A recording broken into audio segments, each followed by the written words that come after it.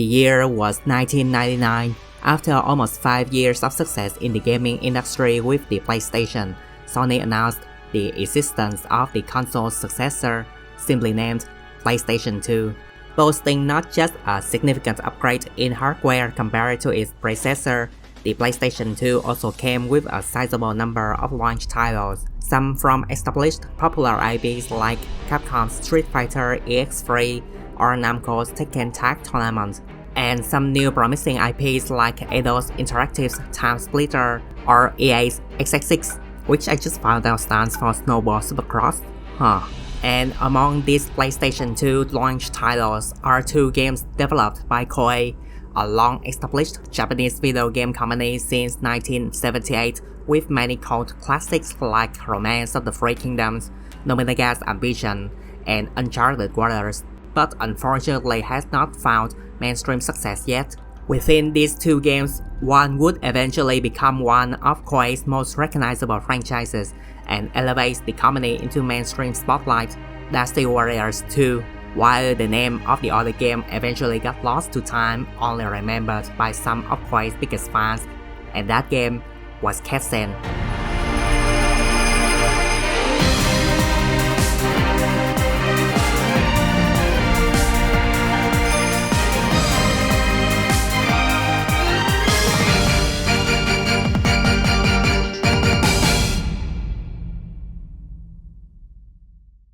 Kessen, meaning decisive battle in Japanese, is a real-time strategy developed by Koei and was the first one of its kind on the PlayStation 2 console. I would like to jump right in and talk about the game itself now, but to be able to fully appreciate the creation of the game, we have to rewind the clock back a few years to 1997. With the arrival of the 5th generation of video game consoles, 3D graphics are made possible to be displayed in a small home game console, so consumer needs for 3D console games rose tremendously. In response to such demands, Koei created an internal development team called Omega Force with the focus on creating new forms of entertainment through 3D game development. Omega Force's first foray to the world of 3D were the first Dynasty Warriors game and Destrega, both of which are variants of fighting games, with Dynasty Warriors being a 3D fighter somewhat similar to Namco's Tekken or Hwoarang, and Destrega is a sort of arena fighter before the name of the subgenre is properly defined. There is also Enigma, a Japanese-only adventure game that is somewhat similar to Capcom's Resident Evil, just without the horror elements. These 3 games were not exactly earth-shattering experiences that the company had hoped to create. In fact, both Enigma and Destrega were kind of a flop that failed to recoup production costs. That said though, Koei was, and kinda still is, a company most well known for their strategy/historical simulation games, so the fact that Omega Force's first 3 games actively avoid doing what the company is best known for is a rather big evidence that these games were, first and foremost, experimental products to gain the knowledge and know-how for the company's future titles. There's also the fact that the console at the time simply didn't have the hardware capability to display a lot of models on screen, so trying to create 3D models of massive armies duking it out in the middle of a battlefield was simply not an option. Then came the arrival of the PlayStation 2. I am to take a little ride to understand just how much more powerful the PlayStation 2 is compared to the PlayStation 1, but I know that it is a lot more powerful, capable of making Koei's dream of rendering massive armies on screen into a reality. So Omega Force wasted no time in developing their next dream game, the sequel to their very first game ever, Dynasty Warriors, in all of its fighting game glory. Now, wait just a minute here. If you know Koei or just mainstream gaming in general, then you probably know that Dynasty Warriors 2 is not a fighting game. Instead, it is a hack and slash and the undisputed pioneer of the Musou genre. Well, yeah, that's definitely how history went, but that wasn't always the plan, you see. Initially, Koei wanted Dynasty Warriors 2 to be a launch fighting game title for the PlayStation 2, but for some reason midway through development, someone changed their mind and wanted the game to be of a different genre entirely. I couldn't find any official reasoning for the sudden change, but I have a little theory of my own.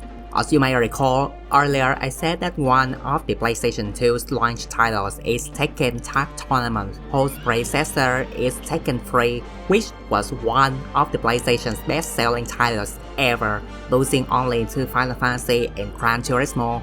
I'm not exactly an expert in business, but even I know that releasing your game the same day as the best-selling game in that particular genre is basically asking your game to not sell well. Anyway, because of such sudden change in development, Dynasty Warriors 2 was delayed, and in its place as Koei's launch title for the PlayStation 2, Kessen was pushed ahead in development. Now I know what you're probably thinking, didn't I previously say that both Dynasty Warriors 2 and Kessen were PlayStation's 2 launch titles or something to that extent? Well, yes, but that was only for the North America PlayStation 2, which was released on October 26th of the year 2000. In Japan, the PlayStation 2 was released on March 4th, and at the time, only Kessen launched together with the PlayStation 2, while Dynasty Warriors 2 was left in the oven for another 5 months. Anyway, just because Kessen was pushed further ahead in production doesn't mean everything went smoothly for the devs, quite the opposite actually. Perhaps due to all hands being on deck to salvage the production of Dynasty Warriors 2, those left to develop Kessen had very little to no experience working with 3D production. By the time the team managed to secure the main programmer, there were only 6 months left before the release of the PlayStation 2. Funnily enough, that main programmer turns out to be this dude, Heihachi, who would later become the director and producer of all Samurai Warriors titles amongst many others, and is the current CEO of Koei Tecmo. By the by, perhaps because of such troublesome development, Kessen was released with a handful of shortcomings which I will get into a bit later, but first, what exactly is the story of Kessen or how does it play? The gameplay of Kessen could be divided into 2 phases, the preparation phase and the battle phase. In the preparation phase, you go over the geography of the coming battle, the enemy's positions as well as your own, choose who you wish to send out to fight and who to stay out of it, change the unit's type of troops and which enemy to conspire with. On paper, these systems may sound pretty ambitious and really cool, but perhaps this is where the game's less than stellar development schedule raised its first ugly head. Despite all these things you could do within the preparation phase, you can only access the phase for like half the stages the game offers. Granted, there is almost always a reason as to why the phase isn't available, like your army is running away from a pursuit or got ambushed or something like that. But then within the phase, there's a general lack of actual meaningful choices that the player could employ. Like, you can't transfer the troops within units, so even if you have some really useful officers, but they have a small retinue, you just have to roll with it or swap them out with someone else, and even then, the game forces a lot of officers into participating in certain battles, so your options are just incredibly limiting. Same goes for who to conspire with. You have the option to choose 2 officers you wish to turn cold, and 2 officers you wish to stay put and not involved with the coming battle. And the amount of enemy officers you could possibly choose from in any battle is a big fat 4. And just because you choose who to conspire with in the preparation phase doesn't mean that officer will go through with the plan. It is a combination of that officer's loyalty to their faction and something else that I can't quite grasp. So yeah, despite the potential the preparation phase brings, it is just very limiting. Heck, when the game first introducing the preparation phase, it outright states you can just leave everything as is, making the phase feels even more like an afterthought. The battle phase fares quite a bit better. The main thing against it is that despite the game not being all that challenging, it can be quite hard to have a full grasp of the battlefield because the game is a bit jank. But given the game's age, jankiness should be aesthetic and not something that can hold against the game. So, when a battle begins, you can choose a unit and give orders to them either by zooming out and choosing the unit, or cycling through the list on the right of the screen, but either way, it fails to let you immediately know what kind of troops the unit has at first glance. To do that, you have to choose the unit first, then press square to see details of the unit, which is one of the many changes that I'm somewhat iffy about. Or you could just remember the unit types by heart, which is perfectly doable, especially because the officers have such unique helmets that they are very identifiable even with just a quick glance. Some of these are just their historical helmets or variants of it, but some are just so comically unique, like Mystery Helmet looks like the head of the freaking Mazin Kaiser to me. I love it. Aside from the helmet, the officer icons also give a quick overview of the unit status, with green being normal, blue being that they are at an advantage over the enemy, red being that they are at a disadvantage, and finally yellow being that they are retreating. Each unit has their own zero bar right here, and when the bar goes over 80, you can order the unit to do a special maneuver, like doing a charge attack or firing cannon at the enemy. Different maneuvers cost different amounts of zeal and only recover by completely destroying an enemy's unit, agreeing to an officer's suggestion when given, or allowing the unit to rest when the officer complained about being fatigued. Despite its age, the flow of combat is surprisingly dynamic. Aside from some enemy officers being willing to turn cold or sit out of battle like I said earlier, some officers within your own army also harbor their own agencies. Some might disagree with your thinking and will reluctantly follow orders at the cost of some zeal, or some may outright disobey orders and just stand where they are. Some might automatically use special maneuver when they see fit, and some might even challenge an enemy officer into a duel. So, despite the jankiness, maneuvering troops around and giving the right orders at the right time does offer a sizable amount of fun, especially when the animations are of very high quality, at least by the standard of the year 2000. Though these animations are also kind of detrimental to the game because while they are indeed very well made and exciting to watch, they are played every single time you give out an order, so they get old rather fast and really kill the pacing of the battle. The dynamism isn't just confined to within the battle, but also to the flow of the story. Though I'm getting a bit ahead of myself here, let's talk about what the game story is first. At the beginning of the game, the producer, Shibusawa Koei, included a creator note saying that it was his dream to be able to create a movie that he could control, and Kessen was that dream materialized. And seeing how much care was put into the cutscenes and the historical fan service, this creator note definitely came from the heart. Heck, to give the game even more cinematic feel, the soundtrack was composed by Koroku Reijiro, a movie industry veteran whose most popular work, at least to non-Japanese people, is the soundtrack of Return of Godzilla in 1984. But what made Koroku so perfect for the role of the game's main composer is the fact that he's made several scores for historical medias, one of which being the taiga drama Hideyoshi. This little trivia kinda amused me to no end because Koroku would go on to compose for the second and the third Kessen titles too, but none of them would center around Hideyoshi.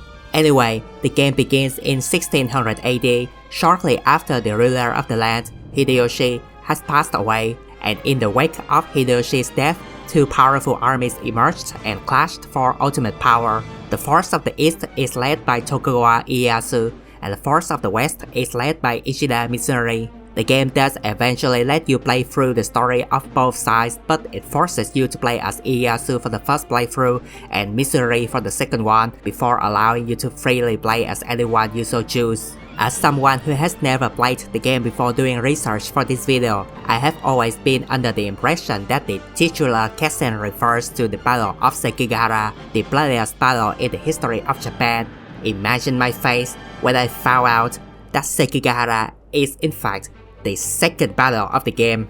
Yeah, the game wasted no time at all introducing its key players and basically speedran through the whole premise, from the death of Hideyoshi to the two armies of East and West, to Hosokawa Tadaoki's crush against Mitsuri for causing the death of his wife, to Kuroda Josui over in Kyushu that has no direct business at what's currently going on at Sekigahara. And after the Battle of Sekigahara is over, the game may continue on up until the Winter Siege of Osaka.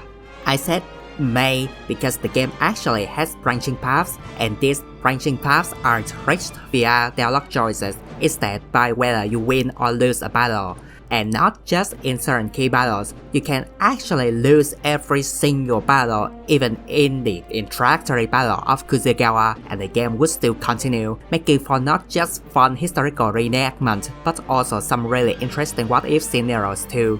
My favorite one is Mitsuri managing to win the battle of Sekigahara, pushing Ieyasu way back to Edo, and then by some miracle, Ieyasu managed to repel the Western army and killed Mitsuri in the process. Sanada Yukimura reluctantly stepped up as the commander of the Western army, retreated, and prepared for the final Kessen with Ieyasu at the fateful battle of Sekigahara. As someone who's been playing Koei games for almost 20 years now, all these historical shoutouts and hypothetical scenarios are incredibly neat, and I always get kind of giddy whenever I see those details popping up, especially the ones that are usually not depicted in other Koei games like the Sadada 10 sprites, which are all females here for some reasons, or Masamune's unchecked ambition and his frequent contact with the Spanish despite the foreign trade ban. If you're a big fan of history, then there's a lot of fan service to be seen and a lot of excitement to be had. However, if you're unfamiliar with the period, which probably was the majority of the non-Japanese player base at the time of the game's release, then all of this stuff could feel rather overwhelming. And perhaps because of the troubled production I mentioned earlier, the game is very front-loaded with its content. Even in the longest path, the game has only a maximum of 7 stages, and most of the most elaborate pre-rendered cutscenes are those that have something to do with the Battle of Sekigahara. While the rest are much more brief, some are basically just to say that you have won or lost the previous battle, then move on to the next one. Personally speaking, I kinda like this though because I prefer to let my mind be the second writer to a game's story and fill in the blanks that a game left open. And in the context of the game's release timing, it already massively outdid everything that the devs have ever done as well as will do later. In comparison, Dynasty Warriors 2, which came out 5 months later, only offers 8 unique battles spreading across 3 factions with a lot less animations and cutscenes. Granted, that game reset development midway through production, but still.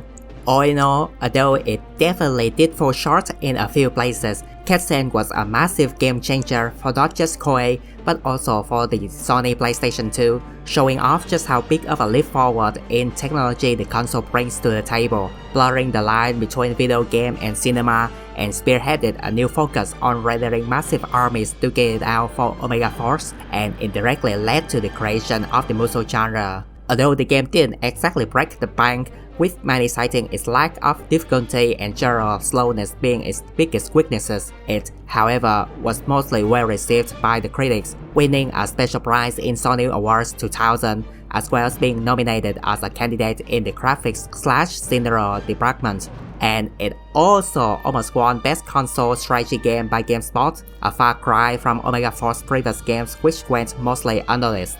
The game would go on to spawn 2 sequels, also on the PlayStation 2, as well as a spiritual successor in the form of Playstorm: The 100 Years War for the PlayStation 3 and Xbox 360. Playstorm itself would go on to receive an enhanced port to the PlayStation 4 and Xbox One and Steam a few years later in 2015, and since then, the series has been pretty much radio silent. With the Dynasty Warriors series straying more and more away from its original premise of battlefield simulation and focuses more on the 1 versus 1000 aspect, it would be really neat to see Kessen making a return to act as a foil, showcasing what it feels like to be able to command not just one officer, but various massive armies at once. Perhaps with the recent release of Dynasty Warriors Origins setting a new standard for just how many soldiers can be rendered on screen, Omega Force could take advantage of that new technology and do something that isn't another Warriors game with it.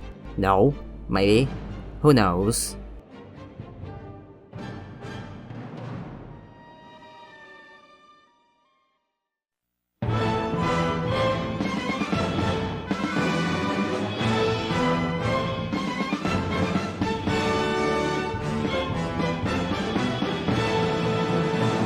Akashi!